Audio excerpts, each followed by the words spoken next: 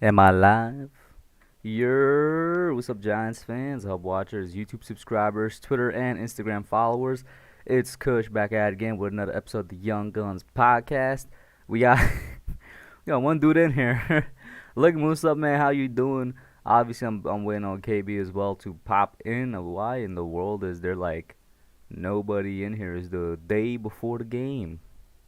What in the world? Is there an event going on right now? See bands, what's up, man? How you doing? What's going on right now, bro? Somebody need to explain to me. Anyway, it is what it is. We out here in week 2. I'm out here trying to move past week 1. Dropped my preview video earlier today. If you guys haven't checked that out, go ahead and check it out when you got the chance. But we're coming up on this Washington football game, Thursday Night Football, man. And we're going to have to see how we perform against them. I don't really have any other thoughts to give other than what I gave inside that preview video, so I'm just leave it at that. Uh, Big Play Slay and Rick also in here. What's up, guys?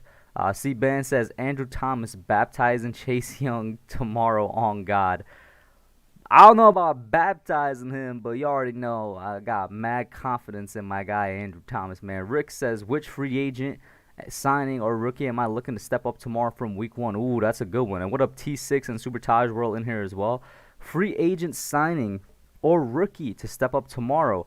So, I mean, I'm not sure if this is a step up, but I want to see Galladay get involved more. Whether that means he needs to be more aggressive and, go up to Daniel Jones and tell him pass the ball to me more. Or, whether that means they just involve him more. But Galladay, for sure. I mean, we had a couple big free agent signs. I think Adoree' going to be fine. It's really just the offensive side of the ball where I'm really focusing on because I think our defense is going to bounce back, to be honest. And then in terms of rookie, it would have to be I'll go to the defensive side, Aziz, because we need some type of edge rush out there. You know what I'm saying? We're getting pressure on the inside, up the middle, from the defensive tackle position, but we need some type of pressure from the edge, man. Otherwise, it's gonna be really difficult to win this game. I have no idea yet. I'm guessing he's running late. It's nothing. This is the usual. It is what it is. Uh, let's see. Taj says we gotta get this dub. Of course we gotta get this dub. Cresley in here as well. Says I heard last night I was gonna wear a jersey to match what the players wear. Are man wearing blue tops tomorrow? We're wearing blue. We're wearing blue tomorrow. Since when does Washington wear white at home? What? When did Washington become the Dallas Cowboys? When did Washington start wearing white uniforms at home, bro? What? This don't make no sense to me. This makes no sense to me. What up, Edward? How you doing? Sunday, Cresley in here, and we got KB in here as well, bro. Since when did Washington start wearing white jerseys at home? Did they do that last week? I don't know. Cresley he's telling me because remember the Giants released their uniform schedule a while ago, and we're wearing blue Right. tops tomorrow, which means that Washington's wearing white at home.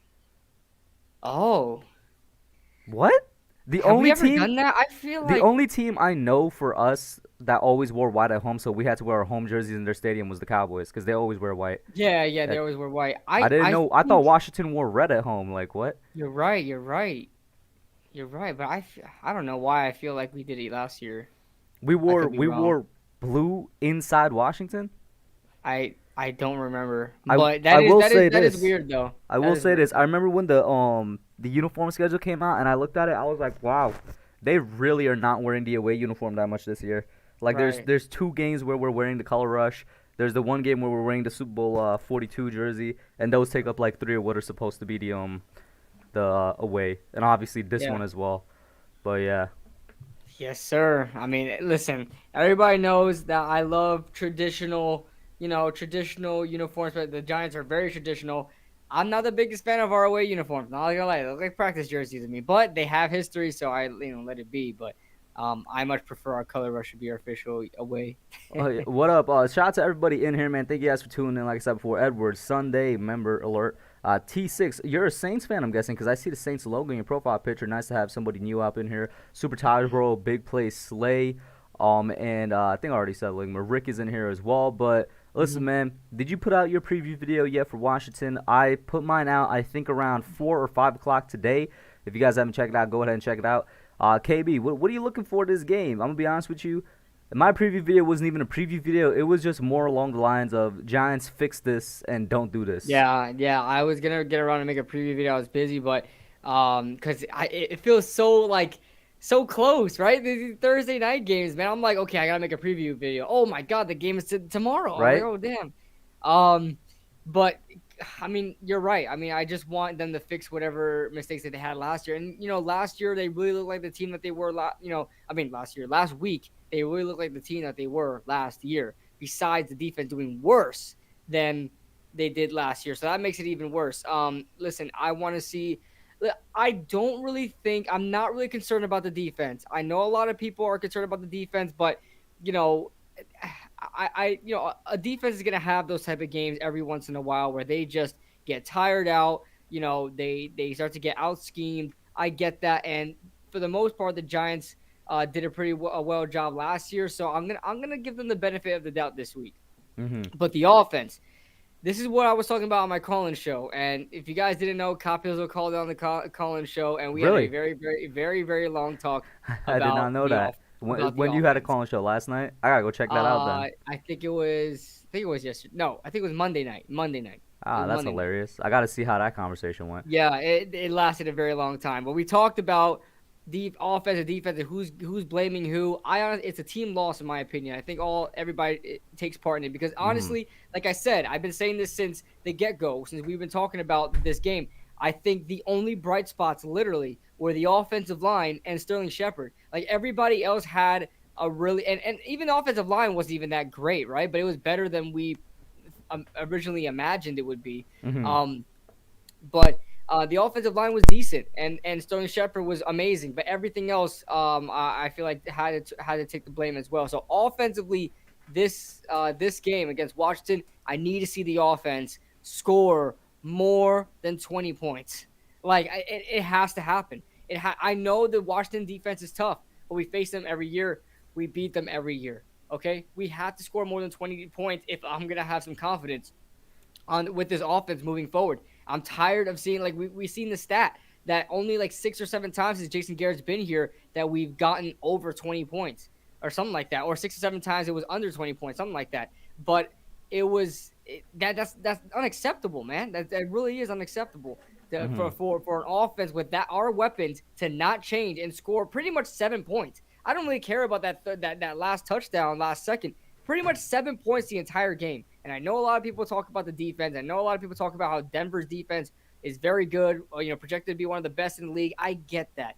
But when you I don't know if it was intentional or non intentional, you guys neglecting talent that we brought in here for the purpose of making the offense better, like Kenny Galladay, Kadarius Toney, Saquon was barely used. I know they might be on limited snaps because of their previous injuries. These are guys that have struggled with injuries in this training camp, but you got to use them. And we spent very, very high value, whether it be picks or money, on these acquisitions. You look at Kenny Galladay, we're paying him $20+ million a year on average, right? And Kadarius Toney, we spent a first round pick on Kadarius Toney.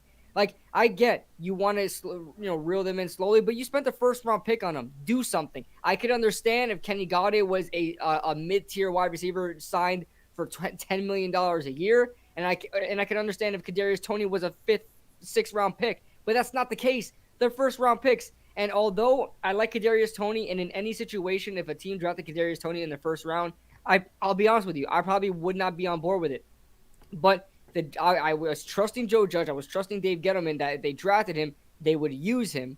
And I know a lot of people like to say, "Oh, but he's a gadget guy." If you draft a gadget guy in the first round, you better not just be hoping he's just a gadget guy. You have to use him as a real wide receiver too, right? I mean, he's a Mm-hmm. first round wide receiver. That's what he is. So you can use him on the gadget plays, but you got to use him on slants and stuff like that too. Slants, put him on those crappy curls you do, Jason Garrett. Like the only opportunities Kadarius Toney got was a freaking swing pass and a end around. That was it. That's all the guy got. Two opportunities. The first round pick. Like, I don't care if he was dealing with injuries. Put him on a route. Put him on a slant. Put him on a drag. Do something. But it's like this offense is so unoriginal. Our worst fear that we are having going into this game or going into the season rather in the offseason was we're fearing that these acquisitions that we brought in, Jason Garrett's just not going to know how to use them. And right now, it feels like that. Mm-hmm. It feels like that. So, Before you rant over. continue, or before I respond, I should say real quick. I forgot to do the intro. With the you already know what it is. If you're here, you already know that you're in for one of these. This is a certified hood classic. You're gonna hear a Yes, bunch of sir. these.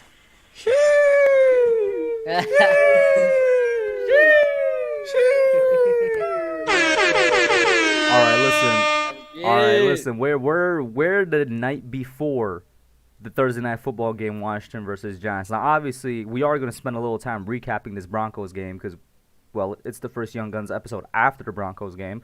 But we are going to get into later on in the show, basically talking about this Washington game.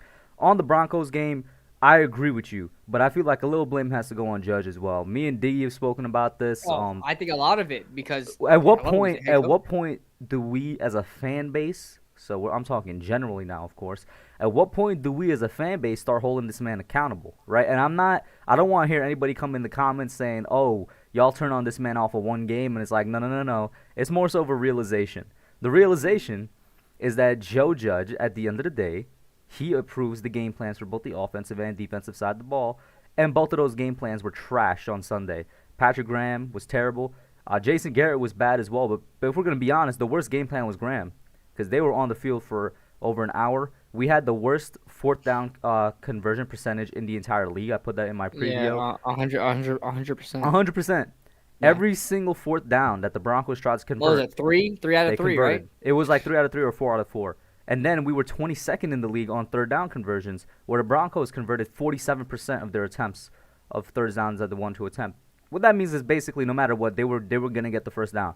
That's what that means. And if that's happening with your defense, you got a terrible game plan, you're not going to win the game. Jason Garrett, yes, I am still super annoyed. I don't like anything this man calls. I don't like his play calling ability at all. I hate the fact that he seems scared to go more than 10 yards down the field on a pass or on a play, that he feels scared to call, a play that has wide receivers running down the field for some reason. But I've been saying this for a couple days now, I don't think he's necessarily the reason this offense is so conservative because, we've played against Garrett when he was in Dallas for 15 years. And I don't think I've ever seen him run an offense this conservative.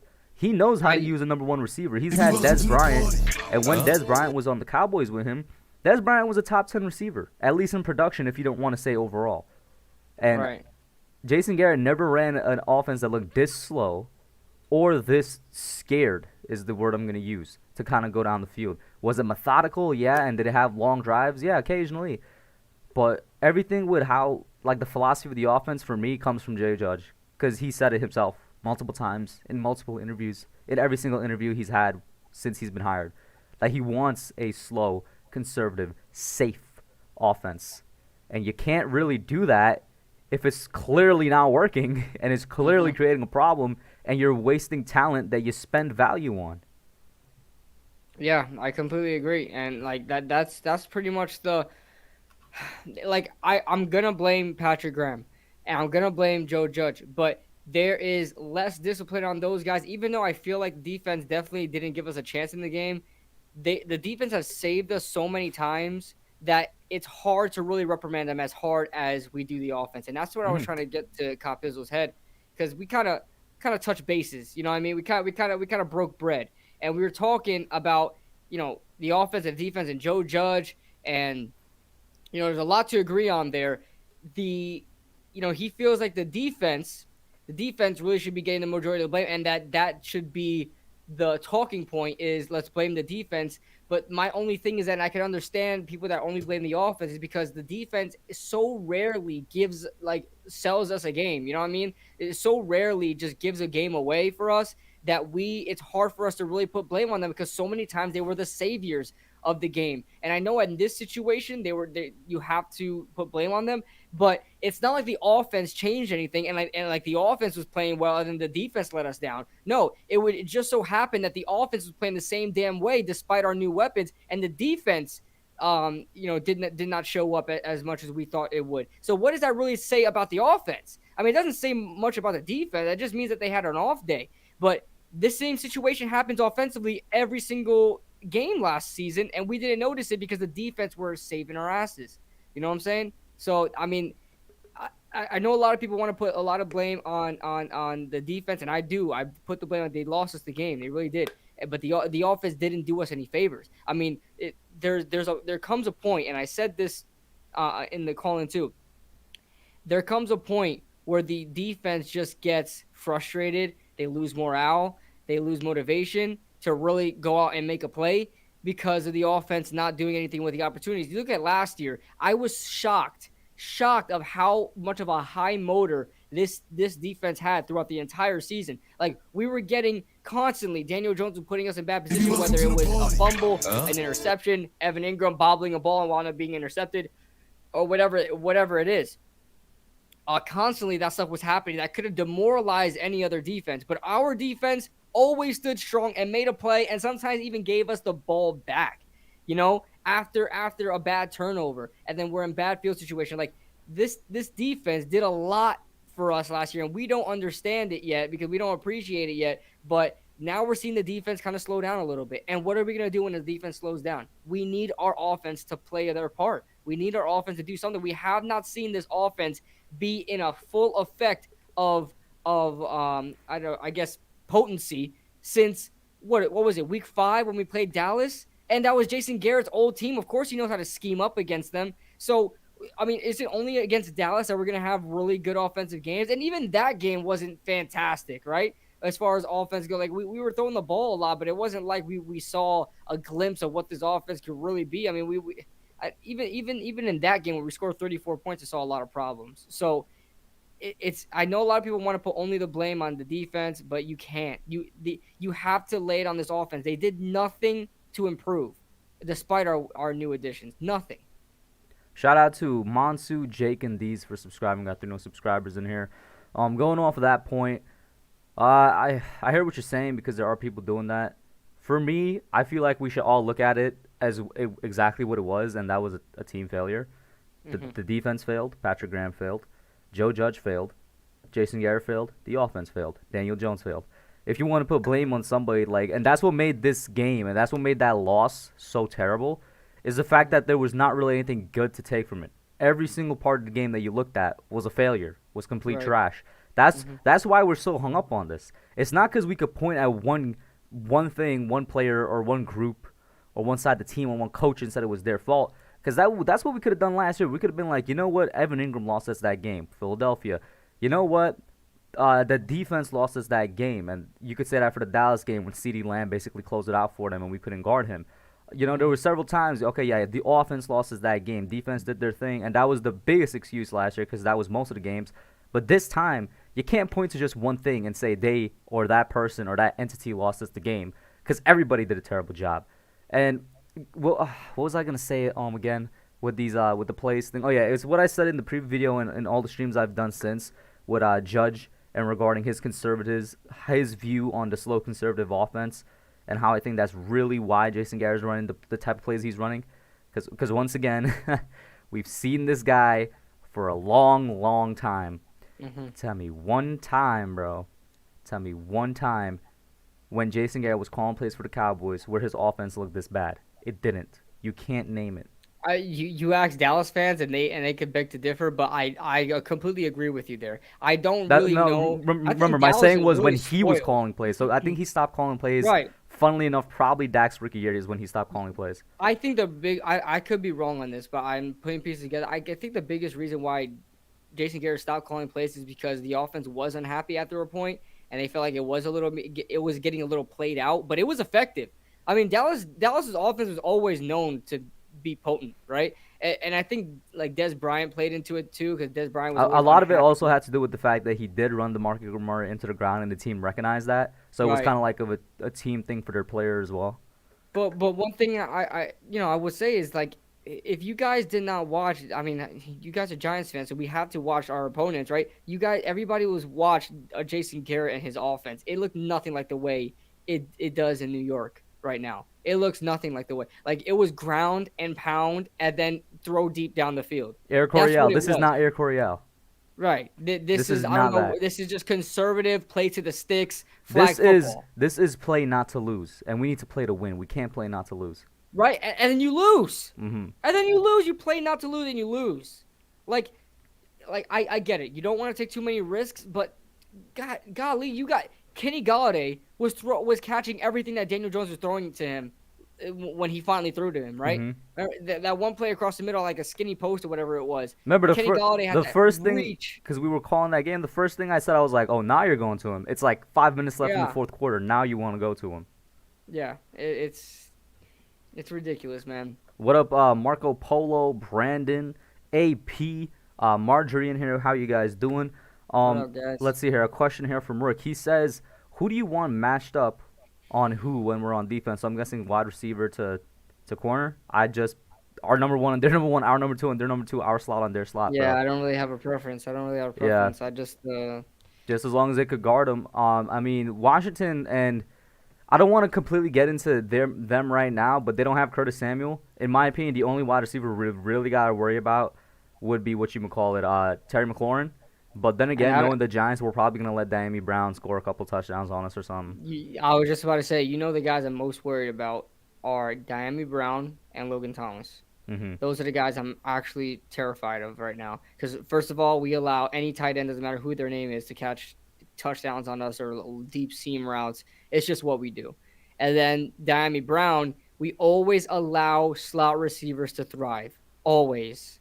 Always. We allow slot receivers. Look at KJ Hamler. We always allow slot receivers to thrive. We got the outsides. The outsides are usually down pat, with James Bradbury back there. Dory didn't have the best game last week, but I'll give him the benefit of the doubt. But the slot is really a weak point for us. And I don't know if it's Darnay Holmes necessarily, or I don't know if it's scheme. I don't know if we're intentionally leaving these slot receivers open because usually they get the shorter routes. I don't know. But it's been like that for a while now. I've noticed that slot receivers really, really do a bad number on us. So I am worried about Terry, of course, but I feel like James Bradbury is going to be matched up with Terry the majority of the time. I know Terry probably has more speed than James Bradbury, but I I mean, know Bradbury James did fine Bradbury against him last year, didn't he? Right. That's what I'm saying. So the only people I'm worried about is Diami Brown and Logan Thomas. I see T6 saying, "Don't forget about my boy Antonio Gibson." I'm I'm not necessarily not worried about afraid. him. I'm not afraid of running backs. Yeah, Like I'll keep my eye on him, but I'm not worried right. about him. Like besides that Melvin Gordon 70-yard run, we did a decent job against That's the a run. I know That's they a were getting great point. crucial yards. Subtract But Melvin Gordon's, because I think he went 11. He had, okay, let's do it. We could do the math right now. I'll just look up Melvin Gordon's stats and I'll do manually the it math. was 11 carries, 101 yards. That's what it was exactly. Yeah. So literally, bro, you take away 70 from 101. Oh wow, I Not said even the that. brushing by accident. Just pretend he got tackled where he was supposed to be tackled at. Let's give him like an 8-yard run. So let's be like minus 62. That's what you're saying? Minus Yeah, 62. because I mean, if he would have got wrapped up where he was supposed to get wrapped up, that's an 8-yard run.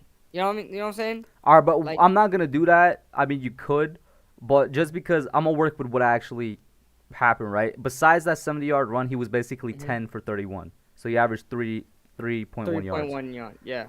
We did a pretty good job, and I'm not gonna be out here trying to make excuses for our defense or anything, because at that point, they already kind of ran themselves into the ground with their bend not break thing, and I want to say something about that as well. We can't have a bend not break defense and also have an offense that tries to chew up the clock a lot.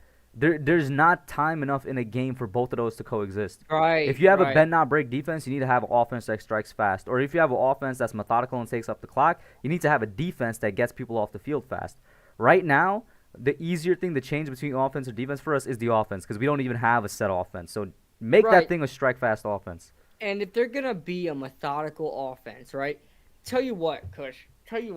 I wouldn't even care if the Giants ran basic routes and were successful. If they ran curls all game, they ran freaking spot routes and out routes. I wouldn't even care if they did that. I'm not here to look flashy. Just score. You know what I'm saying? I don't care how you do it. Just get down the field and score. If you take up 6 minutes per drive and you score that way, freaking do it. But they don't score. Once they hit that 50-yard marker, it's like they don't even know how to play football. Once they don't even know how to play football. Once they get in the red zone, they become stagnant. Oh my God, in the red zone. I hate going when we have a big play and I see our player get tackled near the red zone. I'm I get like, scared. Yeah, I'm no, like, yeah, we're terrible in the red Dish. zone. We're not scoring. We're going for a We field need goal to here. score on like 30-yard plays. We can't score on a 5-yard play, a I 1-yard know. run. It's like impossible for some I reason. know. And freaking like if you need to punch it in there, freaking throw Eli Penny to freaking punch. I don't care who scores the touchdown, dude. I mean, I have Saquon Barkley in one of my fantasy leagues, but I don't give a damn, dude. Just score, please. Hmm. But I listen. I'm gonna stick to my guns here, and um, we were talking about in the offseason Washington's defense and how great it looks on paper and stuff like that. And it may be good. They held Los Angeles to 20 points. They held them to a lot of field goals. Washington's defense, like our defense, underperformed. I think we had the worst underperformance, if that's even a phrase, but they also underperformed a lot compared to their expectations. And I'm not trying to compare the two defenses. I'm just saying straight up their defense. I'm not scared by it. I don't know why. I'm really not scared by it. I think the only thing I'm scared by is obviously, Chase Young. I mean, Chase Young was scared anybody, but I think Chase Young and like William Jackson, like that's it. Like I don't want Daniel Jones to have a missed time throw. William Jackson has a long wingspan. This guy has a huge catch radius. Okay, he's a ball hawk, man. So William Jackson is the guy I'm fearing there if Daniel Jones makes the wrong throw to like Kenny Golladay or something, you know what I'm saying? But I feel like Kenny Golladay will come down with it either way. So you think Will Jackson is the number one ahead of Fuller? They don't have Fuller. Kendall Fuller. Kendall Fuller. Yeah. Probably. That's who their number one was last year, and he had a pretty good year last year. Yeah, but Will Jackson was paid to be a number one. I bet. Yeah, Will Jackson definitely number one. I love Will Jackson. Shout out to Lamar Santos, Cookie Monster in here. Cresley, I didn't know it was your birthday. I don't know if it's belated, but happy birthday either way, man. Speaking of that Washington defense, the reason I'm not scared of them is the same reason the Philadelphia Eagles are not scared of us, because we've kind of had their number for the better part of the decade right now. It's like it doesn't even matter how good they are. When they play us, it's just something happens, dude. We have their number. And so like how many years has Washington always had a great front seven? Like it's been a number of years now. Like set aside Chase Young for a second. They had Daron Payne for years. Jonathan Allen's been there for years. Back when Ryan Kerrigan was in his prime. Yeah, Ryan Kerrigan in his prime, there for years. Montez Sweat's been there for 3 years. Like I'm saying, they have a lot of these guys that's been there for years. Landon Collins been there for 2-3 years. You know what I'm saying? So it's like nothing scares me. We played most of these guys before, so it doesn't. And they scare still me. have a liability at linebacker. I'm not sure if Evan Ingram is confirmed yet for tomorrow's game or not. No, he's out. He's out. He's confirmed. This is what Jason Garrett needs to do, no matter what Joe Judge says with conservative offense. Give Caden Smith more playing time, bro.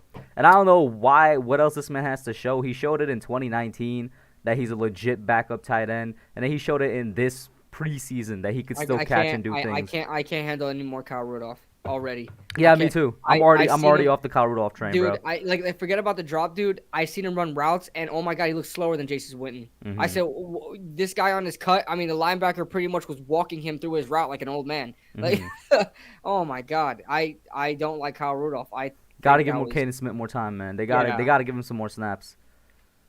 Oh man, this is worrisome, man. This is really worrisome. I mean, I like the fact that we're playing Washington. Like, I like the fact that this could give us a good boost of morale. But at the same time, if we lose to a team that we beat 5 straight times, this could be a bad, I guess, demoralization. Getting a little bit on the bright side, probably the only bright spot you could take off from that Broncos game was the O-line. And we got some numbers today. One of them is from PFF, but another one is from the site I love to use, which is PFR, Pro Football Reference. They also take a lot more time with their stuff. I always read their stats. So here's the PFF one, and this came out literally the day after.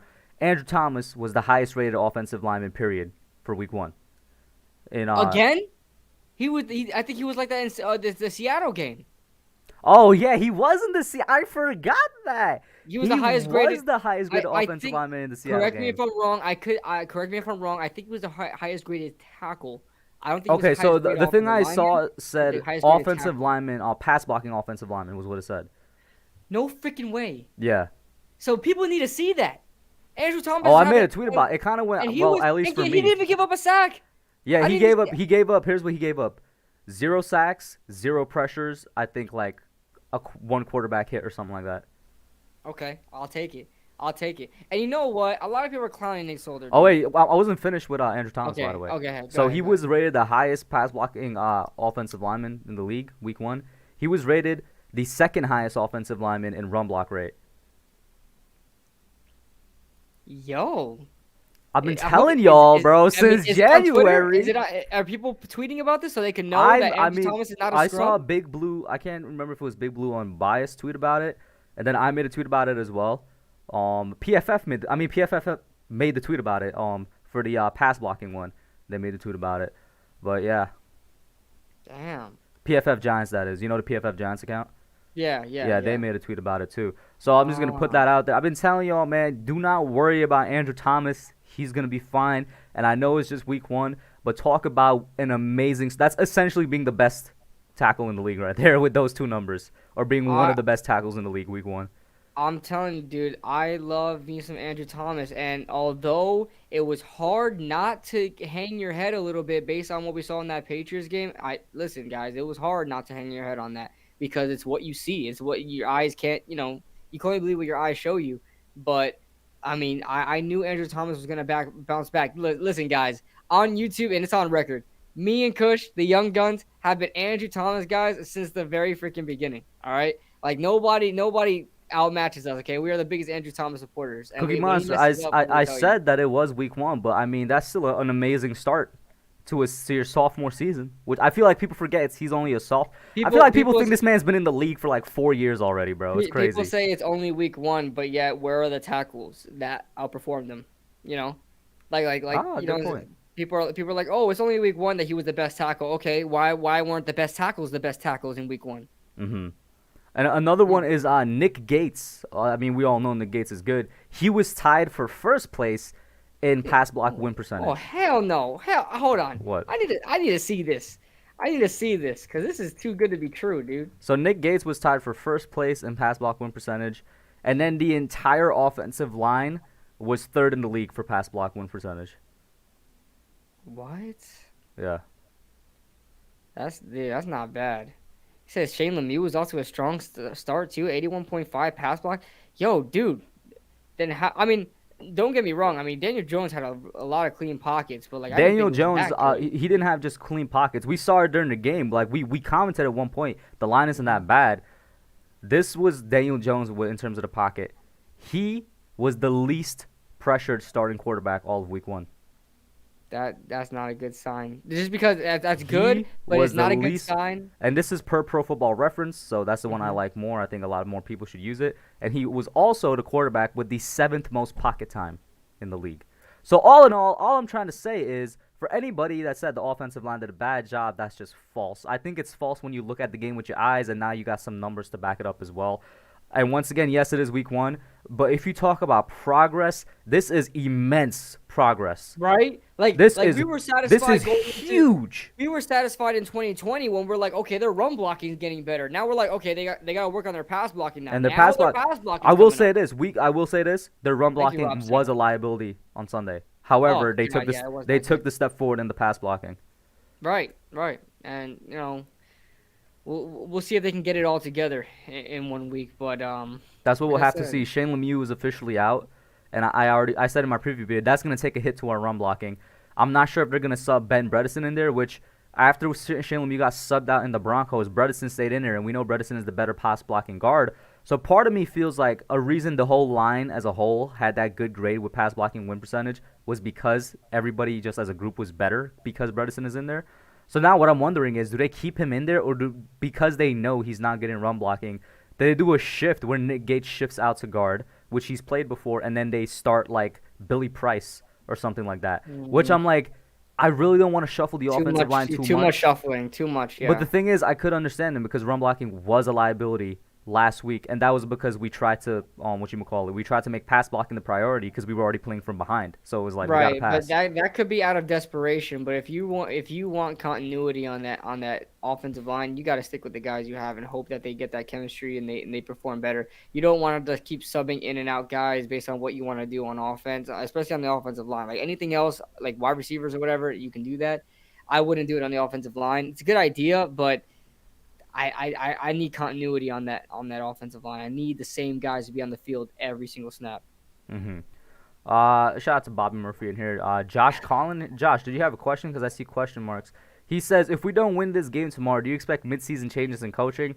I honestly don't know what to expect. It's still gonna be Yeah. early, right? Because I think it was shout out to Vibes Eli Rax on Twitter when he came on the reaction stream on Sunday. He said it. He was like 0-2 is really bad, but with 17 games, I'm looking 0-2 as 0-1, and I'm like that's very optimistic, but you're not wrong technically. Everybody has that kind of extra week. The Packers opened up 0-1 as well. I don't expect them to continue to put up 3 points a game going throughout the Right. season. You know what I'm saying? Right. But I Hmm. will say this: me as a fan, because of 10 the past 11 years, we open up 0-2. I'm gonna be very sad and depressed. Oh yeah, I mean, and then you look at the numbers too with the whole percentages that make in the playoffs when you start 0-2. I mean, does not. I mean, the Giants were one of the ones to beat that statistic in '07. I believe we started 0-2.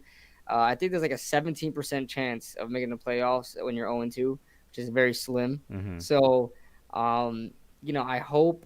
I don't know. I hope we could beat that if we do go 0-2, but I really want to avoid that. I really want to avoid going 0-2.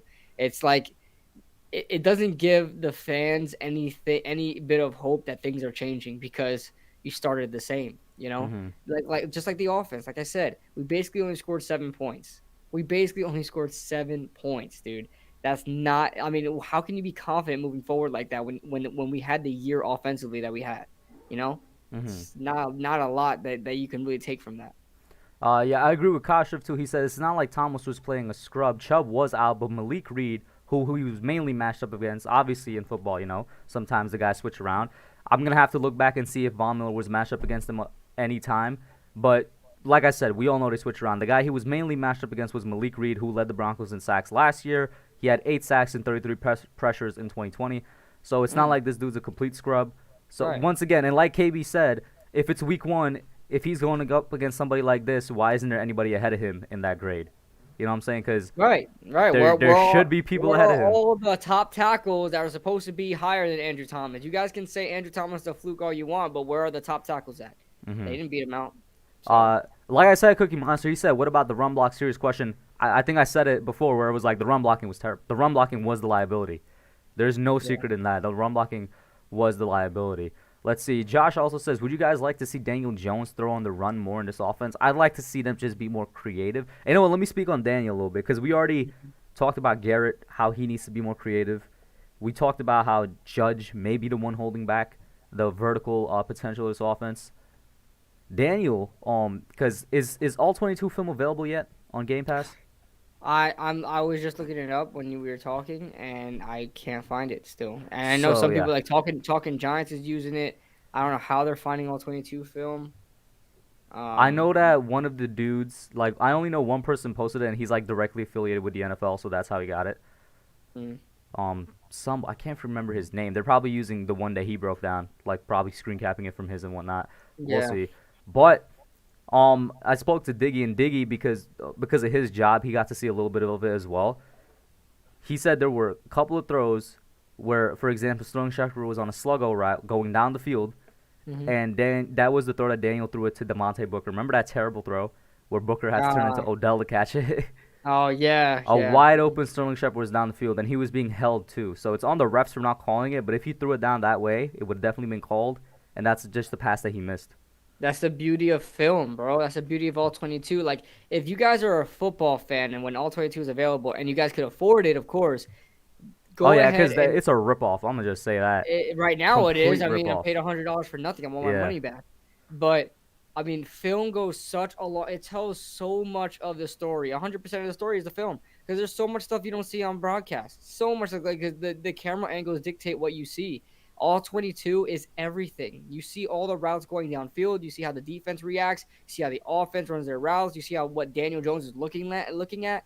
You see a lot of it, man. That's why I'm addicted to watching film. When it comes to like, if I have a question about something I'm watching, I'm pulling up the film, get my own answer. So I mean, it really sucks that film isn't available right now, so we could really identify what's going on with this Jason Garrett offense, and if it looks anything similar. Because if you look at the scoring play that Sterling Shepard had, it was a clear out, right? They threw. I don't know which wide receivers they were, but two wide receivers on the left side cleared out, and Sterling Shepard went underneath from the right side, crossed the left, and made that crossing route, and it was open field. Nobody was there because those two wide receivers. That's what you do to open up routes. So you scheme guys open.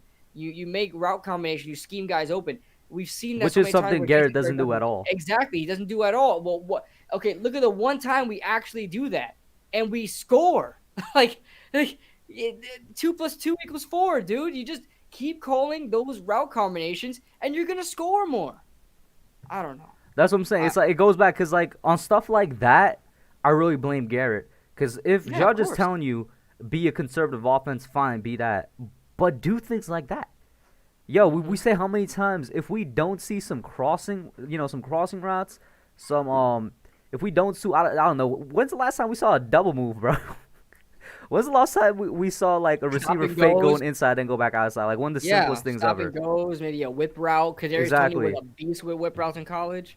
You know. Like there's so many things that while for me at least, I am putting the blame for us being so conservative on Judge, but there's so many things within a conservative offense that could still work. And Jason Garrett relies too much on his receivers doing the brunt of the work, which makes no sense to me. And that brings me to Kenny Galladay. You got to use him more. And this is on Daniel Jones as well. Just force it to Galladay at some point, man. That's what he's there for. Force it. Force Yeah, the ball that's to what- him. He's the best 50-50 ball receiver in the league, like statistically. Like that's what he is. That's what he does. Freaking throw him the ball, man. And you saw exactly what happened when he did force it to him. So that's what I'm going to ask you. When it comes to involving Kenny Galladay earlier in this game, who are you putting that blame/responsibility on, Garrett or Jones? I'm gonna say Garrett because, like I said, I don't have all 22 films, so it's hard for me to really put like diagnosis on what's going on.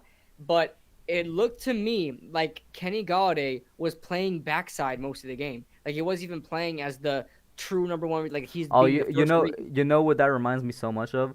Back when Darius Slayton. back when we still had Fate and Slayton. That was the tale of Darius Slayton last year. Yeah, I feel like Kenny Galladay most of that game was like the freaking background or a distraction for a team, like bait. Like they were not. He looked like he was playing like wherever he was. Daniel Jones was looking the opposite direction. Like and that has to be on Jason Garrett because you're going through your reads. You're telling your quarterback to go through your reads. Your best receiver should be your read number one, dude. Like you should scheme your wide receiver open. I don't know. But I would say it's a mixture of both because maybe Jason Garrett did try to get Kenny Galladay involved and Daniel Jones wasn't comfortable. Yeah, that wasn't comfortable throwing that far downfield, or maybe he just liked Sterling Shepard on those slot routes better, or whatever the case was. It's got to be a mixture of Jason Garrett and Daniel Jones, but it looks to me I gotta blame Jason Garrett more, in my honest opinion, because I did not see Kenny Galladay just like on that first read. I never saw Daniel Jones as soon as the ball snapped. Never saw Daniel Jones look Kenny Galladay's way first. Shout out to AP for the $2 super chat. He says media killed AT in preseason, but no talk after week 1. I'm gonna let you reply to this because as soon as he said that, somebody talked on my Andrew Thomas tweet. I'm gonna reply to them right now. It's unreal. It's unreal, AP. And listen, like I said, you'll never get people to talk to you about something positive. People always decide to respond or attack or whatever on a negative thing. So they're gonna say AT sucks, but then the day he does well, but look at that Seattle game. Like everybody was giving Andrew Thomas props, but there were a lot of people that still said, "Oh no, but it's just one game or whatever the case may be." He's shown flashes. He can be pretty damn good, and we found out that he was injured most of the season last season, his rookie year. And you're right. There was so much no talk that even a supporter like me and Andrew Thomas didn't even know he was classified as the best pass blocking tackle or best pass blocking offensive lineman in week 1. I didn't even know that. So the fact that I don't even know that and I'm an Andrew Thomas supporter, then that's a real big I guess indication of where Andrew Thomas is in the media right now. Yeah. So, and the thing I just responded to was somebody asked who was the linebacker he played across, and I basically said what we've been saying. If that matters so much, if you really say that it's a fluke, where's the other tackles? And I also say This is the thing with Giants fans that really annoys me. They ask for improvement, they ask for progress, they get it, and they want to criticize something about it. It's like, what? What's the thought Yeah. process? Yeah. I mean, I don't know. I don't. I don't know, Cookie dude. Monster, a little bit. Sarcone says, let Jones throw, stop holding him back, Garrett. And yes, and I'm going to ask you this as well. I feel like we're turning Daniel into Dak Prescott, at least year one Dak Prescott, bro. At least that's what this offense feels like, with all the What do you dinking and mean? dunking. Oh, thinking, He's dunking. not a short pass quarterback. He's not that. He's not. He's That's not not what he's that. good at. And like I said, I really don't know if that's really. You have to look at the all 22 film, see if those deep route guys are getting open. And I know you talked about Sling Shepard and Sluggo earlier, but consistently are these guys getting open downfield? That's something you have to look at all 22. But if they're not getting open downfield, I mean, you can't blame Daniel for always dumping it off. I mean, despite how much I clown Lamar Jackson about his accuracy, so sometimes he just has to freaking tuck it and run or dump it down because the weapons he had were not getting open, and that could be the same case obviously with Daniel Jones, and obviously he went through a lot of that last season. So maybe he's just straight up not looking downfield because he already assumes and they're not open. If that is the case, though, I don't want him. If you're a quarterback that just Yeah. starts assuming things rather than reading the field, I don't want you as my And, quarterback. and, I'm gonna and just put here's that what you out got there. to do too. You have to throw receivers open.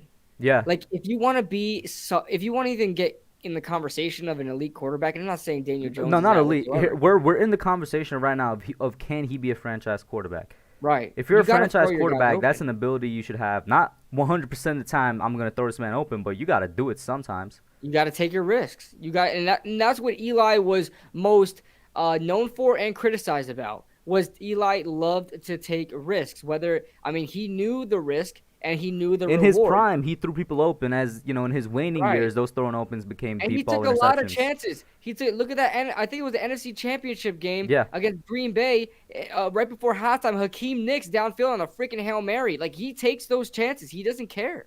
You know, like Eli knows what it means to win, and he knows the risks you have to take to win. And so that's what he did. I mean, dude, look at the most famous play of like Super Bowl history, the David Tyree catch, the helmet catch. Dude, escaped the sack and said, screw it. Tyree, even though David Tyree is a special teams player, because a lot of people didn't know that, David Tyree was a special teams guy. He wasn't even an actual wide receiver for the team. He literally just threw it up to a special teams guy, and he came down. He had trust in his receiver. You gotta do that with your guys, man. You have to. And if you have a guy like Kenny Galladay, dude, Kenny freaking Galladay, you know he's gonna come down with the ball the majority of the time. Maybe you'll throw an interception or two all year throwing to Kenny Galladay and just throwing it up, but you have to take those one or two interceptions, and you'll be rewarded with a lot of plays made by Kenny Galladay. Mm-hmm. And real So quick, shout out to Marjorie for giving us an injury update on the Cowboys. I knew this, but I'm not sure if you did. Since they stepped off the field on Thursday, DeMarcus Lawrence fractured a foot. He's out indefinitely. La'el Collins is suspended 5 I heard about games. La'el. Randy Gregory tested positive for COVID, and Michael Gallup has the calf strain. Snap. Yeah. Oh man, we gotta take advantage. We have to take advantage. Well, it depends 'Cause how long they're Dallas out scares for, the right? hell out of me. Huh? Depends how long they're out for. Yeah, but I mean, all the calf strains, freaking Lyle Collins is suspended for another 5 games. Dude, we got some time to catch up. We Mhm. have some time to catch up. And then the COVID, you know how long it takes for players to come back 100% on COVID. Yeah, some of So- them it looks like they don't even recover until the off season. Right. So we got it. We gotta make do of our opportunities, man. We gotta catch up. We gotta catch up. And then Josh says, I hope Saquon is used more in the passing game with this week. I want to see how he looks in the open field after his injury because the run blocking doesn't show me anything. I agree with you, and I am worried about the run blocking this upcoming game because once again Lemieux is out. I have no idea how we're going to supplement him, and I know he's just one piece. But in general, while the offensive line clearly excelled in pass blocking week 1, they also clearly struggled in run blocking. So, I mean, yeah, man, how do you think they're going to use Saquon and then with him in the passing game? Christian McCaffrey was used how a lot of people want Saquon to be used in week 1, where he got almost equal passing and rushing.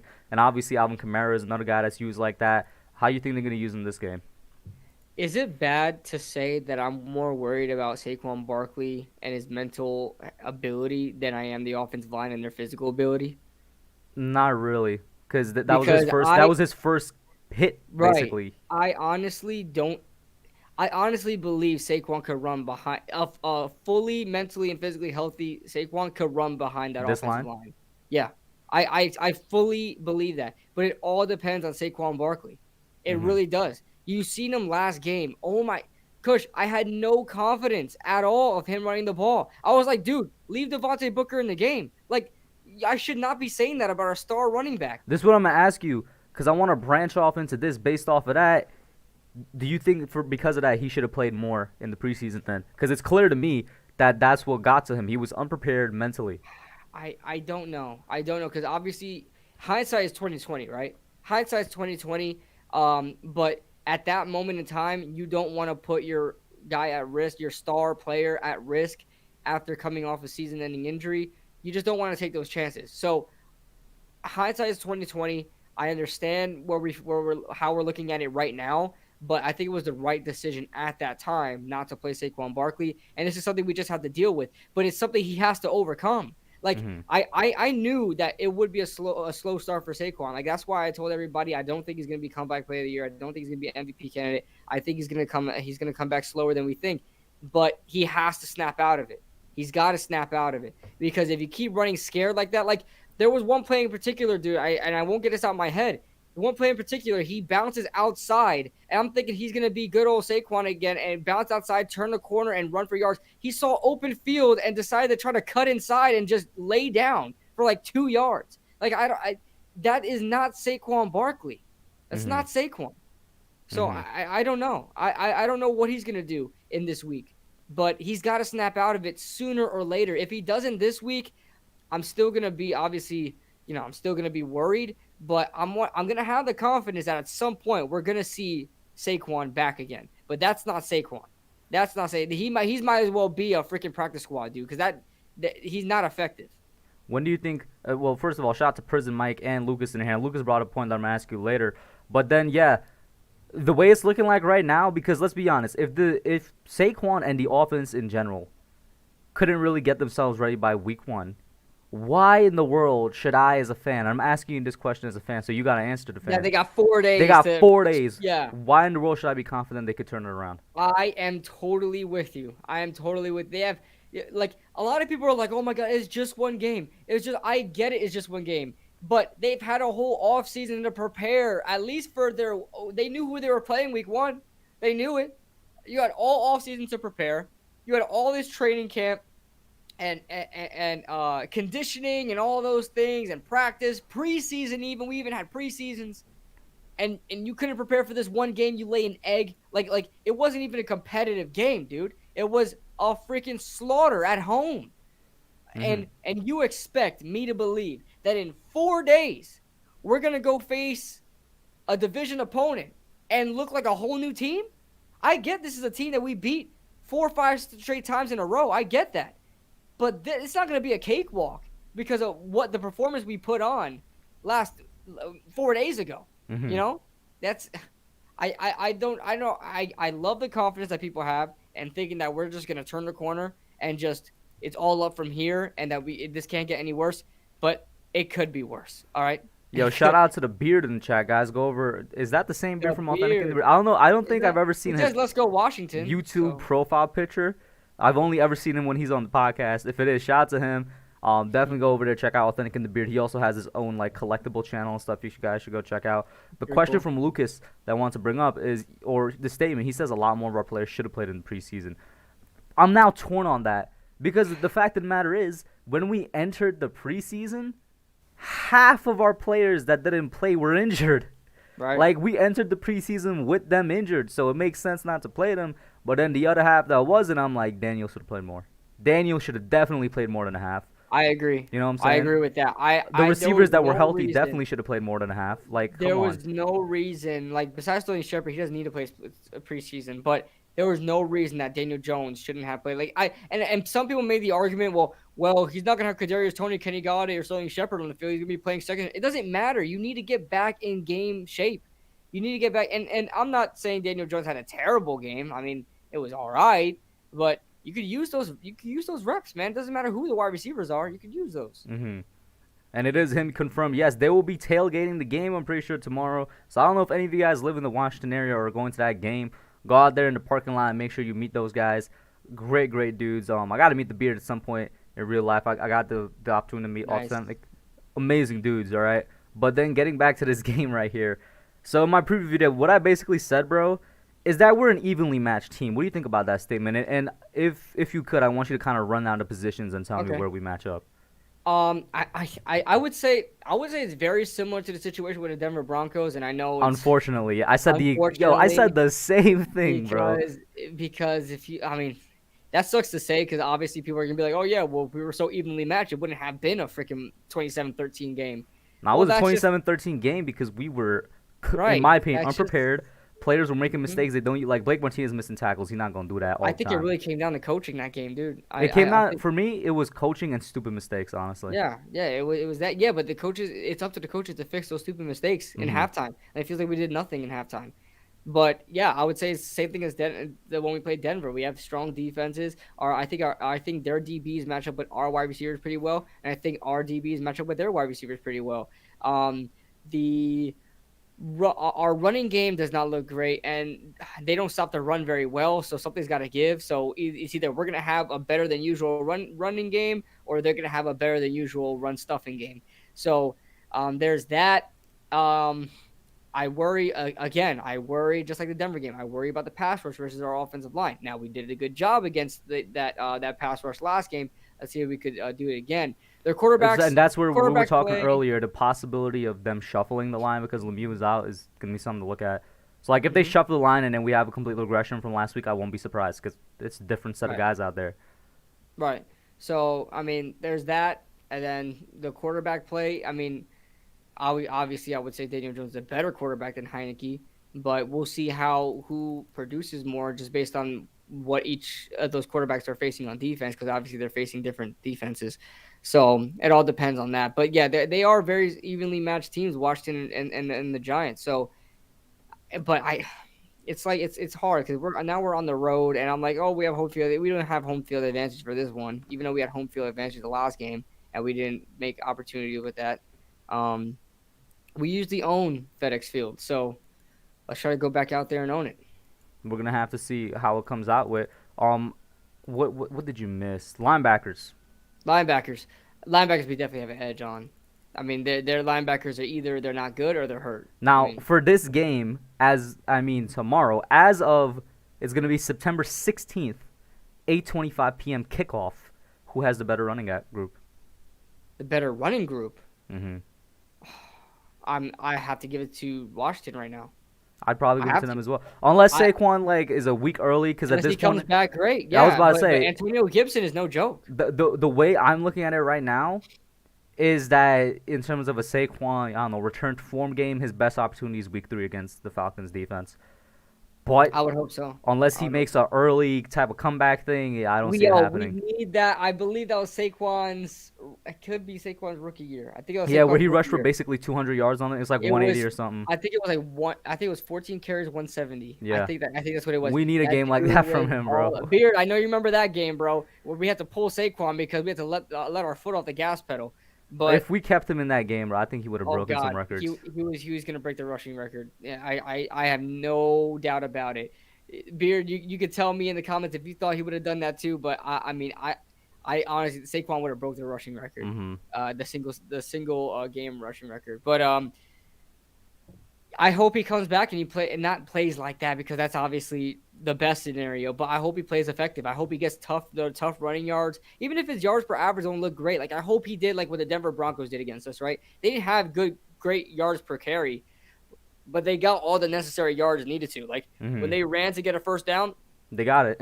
when they needed those 3 or 4 yards for a first down, they got it. When they needed those maybe 1 or 2 yards or 2 to 3 yards to get a little closer in the red zone, they got it. So I just want our running game to work how effective we need them to be. They don't need to get 15 yards, chunk plays and running and slash the defense that way. If you want to wear them out slowly, like a lot of running games do, then do it like that. But I need them to be more effective. And right now, I mean, Antonio Gibson, although I don't think he's the finest running back in the world, Like we were he saying obviously earlier, is I'm a not double necessarily threat. scared of him, but I'm keeping my eye on him.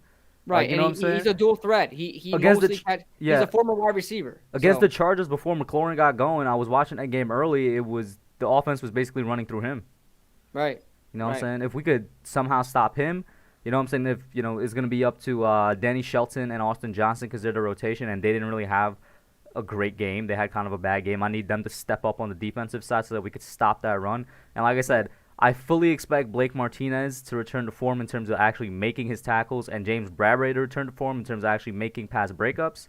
So if we could just stuff the run and try and force Taylor Heineke to make some tough throws, I think we'll be in a good spot. But like I was saying earlier, these are two evenly matched teams. It comes down to quarterback play. And that's where I got to ask you, are you confident that Daniel Jones can outplay Taylor Heineke tomorrow?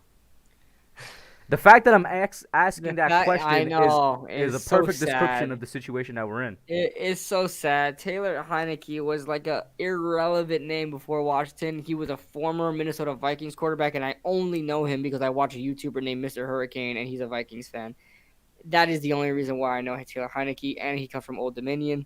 Um, I can't believe we're even asking this question, and it's a valid question. I mean, as much as I hate it, it's a valid question, and I don't know.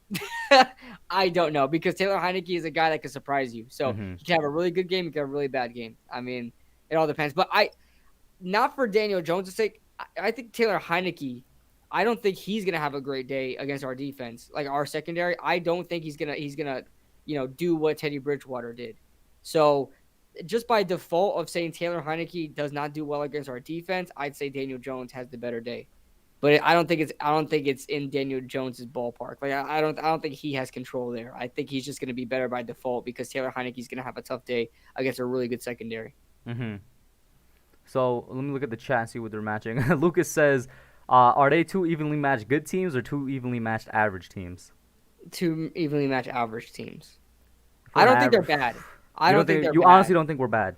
I don't think we're bad. I don't think we're bad. I think that was I think it was coaching. I think it was just being unprepared. But the talent is there, and even Washington. Even I'll give them respect and say Washington is extremely talented. They're a team just like the Giants that cannot put it together. That's why we're never scared of Washington, and nobody's scared of Washington despite how many freaking guys they draft from Bama. Right? They have talent on their teams every year. They just can't put it together. That's why no one cares about them. Hmm. But that's just the reality of the situation, man. Both these teams have a lot of talent that can make the playoffs and do well in the playoffs. And, some of them are really freaking star players. Kenny Galladay, Saquon Barkley, James Bradbury. These guys are stars. And we can't put it together. That's just what it Marjorie is. and others in the chat are basically saying they want to see more aggression. We all agree there. Oh my God, I don't know what I have to Yeah. give for this No more offense to be more soft aggressive. zone coverage. No more cushion. No more giving 8 yards of cushion and allowing a freaking wide receiver to run a slant and gain 15 yards after the catch. Hmm. Cookie Monster got something specifically for you, bro. He says, Kidblue, the Giants have no real quarterback. Stop. How do you respond? I the jury's still out on that one. Hmm. I love Daniel Jones. Don't get me wrong. I think there's stuff there, but it's like you got to step it up. Even though I don't blame you for the talent you have around. Actually, I do kind of because of the talent we now have. But a lot of elite quarterbacks, in their primes or whatever, even in their young development, throw their receivers open. They make the best of what they got. I can't give that excuse all the time. If he's as good as we say he is, he's got to make do with lesser than weapons. It's just the Hmm. reality of the situation. And then I'm gonna give that kind of that same answer. The jury's still out to Edward when he says, "Do I think the Dalvin Tomlinson loss is bigger now?"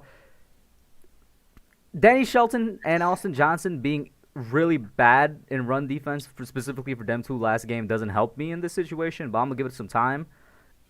I'm gonna see how it goes, man. If by the end of the year we're at least even with what the run defense was last year, then I'm gonna say Hold, no. hold on, I don't even think they were bad. Look at all the chunk plays that we gave up on defense. It was bouncing out to the outside, and Hmm. they were bouncing on the outside and running past the tackles. I don't when they ran inside A gaps. I mean, we were stuffing it.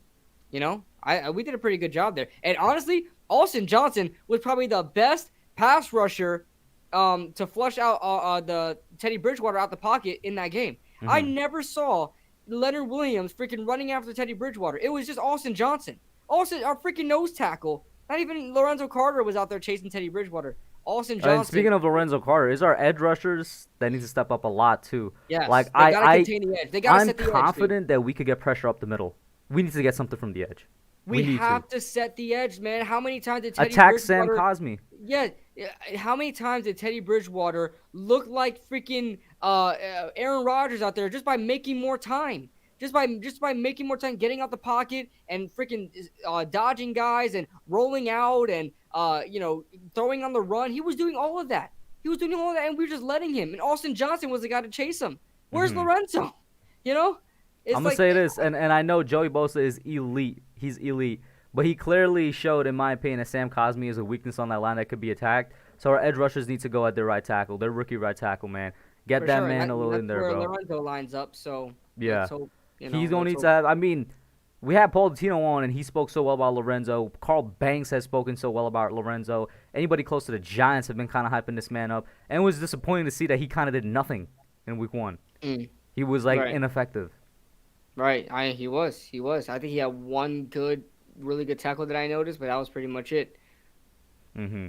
Let's Mhm. see here. These fans are sad we lost. Sad last game was a fluke. We're better than that. We will go to Washington and beat them 28-19. Book it. 28 to 9. So no field goals, straight touchdowns.